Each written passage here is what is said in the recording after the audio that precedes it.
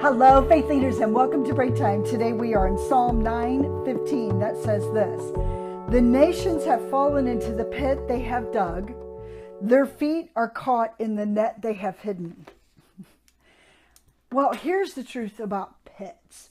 You know, when sin digs pits, sin loves to grab the shovel, to grab the temptation. You know, the temptation is the shovel. Use your imagination on this one, because this is what I'm seeing. You know, I'm seeing that we can choose whether or not we're going to sin.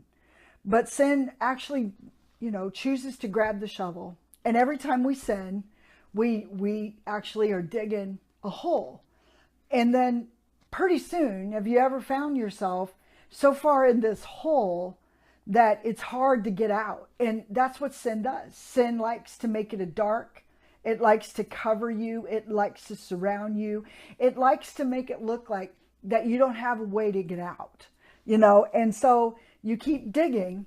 And so, but the cool thing about this is that God is able to get us out. But this is what happens to the nation that David was living in. They were digging themselves such a big pit that eventually they just fell into it and couldn't get out. But here's what happens to us. We can dig these pits so deep that it's hard for us to even imagine getting out of it. And so we get stuck in this place that we don't want to be in. But here's what's awesome. It's not that God says, well, you dug the hole, now you get out of it. But that's what our mind tries to say. We feel like we have to create a way for ourselves to get out of the pit that we put ourselves in. Because, that's what shame does. Shame puts you in this pit and leaves you there. And there's no way of an escape. So for some, and I've seen this happen, they just keep digging it because they don't get that they can get out of it. But we don't have power to get out of this by ourselves. But the power of God has resurrected us to a place that he can resurrect any circumstance or any pit that you have got yourself into, that I've gotten myself into. He can resurrect that.